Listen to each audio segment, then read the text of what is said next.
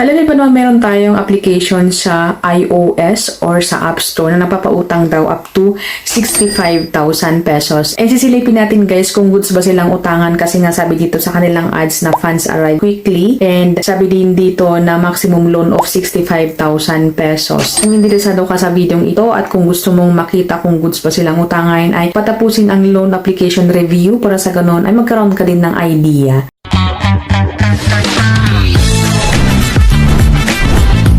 Alright, so welcome and welcome back sa ating channel. For today's video, ang highlight po natin is si Mabilis Credit. Easy Peso Loan na meron sila sa iOS or sa App Store guys. Meron silang 4.8 na stars and 134 reviews. So, ang daming ads guys sa Facebook, mapa-Facebook, YouTube, or any platform guys, social media. And nakikita natin yung mga ads nila na nagpapautang daw sila up to 65,000 pesos. So, sisilipin natin guys kung goods ba silang utangan.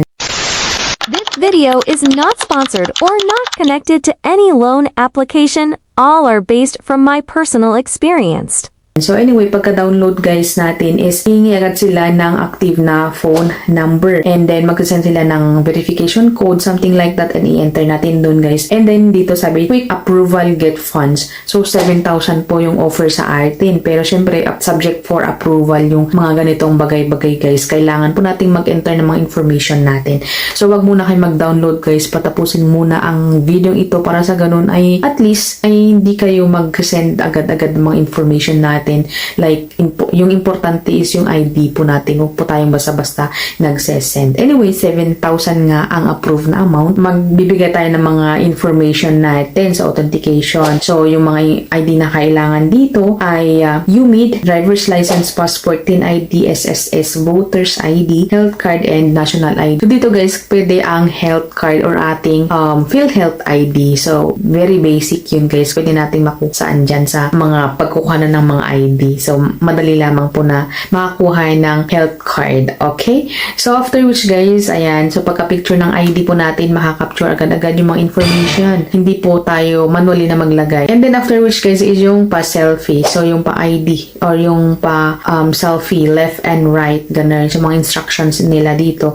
Like, yung dapat daw clean yung ating mukha. Dapat makaka-capture guys. And then, next one is yung personal information na natin. So, ang ating education, marital status, email, gender, address detail, and home city. And next one is yung ating education, marital status nga, email, gender, address, and yung ating trabaho. So, company name, company address, company phone number, profession, work experience, monthly income, address, and yung ating salary date, job type, and salary type. Kung kailan mo tayo magsasahod, kung saan yung address natin. So, mga basic information lang yun guys. And then, next one is ating emergency contact. So, nangangailangan sila ng tatlo. Ayan. So, lagi kong sinasabi guys, sa pag nilalagay po tayo dito, at least aware po tayo sa mga nilalagay natin and then pagsabihan po natin yung mga nilalagay natin para sa ganun iwas conflict guys. Kasi may mga instances na tatawag yung mga agent po ng mga ganitong utangan guys. Next one is yung ating withdrawal channel. So, e-wallet and bank card. So, basic na yun guys. So, e-wallet, GCash, Maya, GrabPay, and Shopee Pay. Approve na nga tayo. So, andyan si screenshot guys. So, 2,000 pesos. 2,000 pesos and sabi daw disbursal amount 1,2. So, meron silang bawas na 800 pesos. So, malaki yun guys. Kung emergency fund ang kailangan natin, gusto natin yung mga buo ang natatanggap guys. So, diba? So, dito guys is halos half amount yung ating marireceive or half amount yung kinaltas guys, 800 pesos. So, repayment amount 2,000 pesos. Processing fee 667. So, yun talaga ang malaki guys, 667. Sobrang namang malaki na processing fee. Total interest fee 13 pesos and risk control service fee 120 pesos. And oh my gosh, yung ating loan term guys, nakaka-shocking.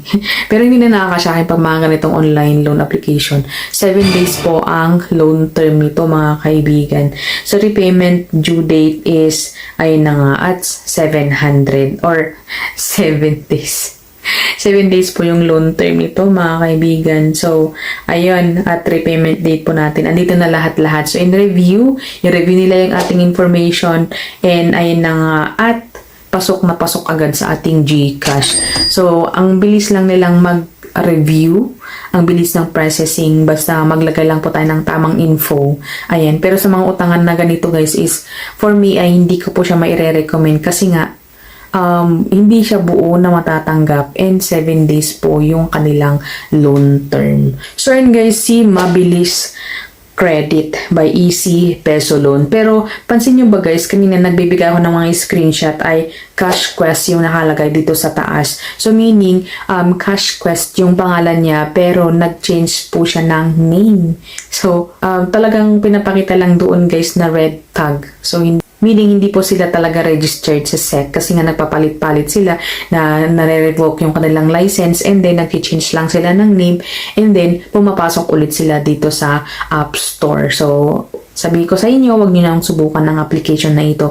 So kung gusto niyo malaman yung mga ibang mga legit na application ay ilalagay ko lamang po sa aking playlist or ilalagay ko yung link dito para sa ganun ay dun lang po kayo pwedeng mag-apply guys kasi yung mga utangan na ganito ba 7 days lang ay syempre peperahan lang kayo kasi nga ang taas ng kanilang kaltas, which is 800 pesos. So, sobrang masakit naman yun sa bulsa, di ba guys? I-comment nyo sa baba. So, kung meron pa kayong mga ibang gusto na ipa-review, ay comment nyo lang sa baba para sa ganon ay check natin kung goods ba silang utangan kasi nga hindi basta-basta yung mga information natin, mas lalo na yung mga ID po natin. Alright guys, so maraming salamat po sa panonood and at ayan na nga, at kung meron pa kayong gusto na ipa-review ay comment nyo lang sa baba. So again, thank you for watching. See you on my next video.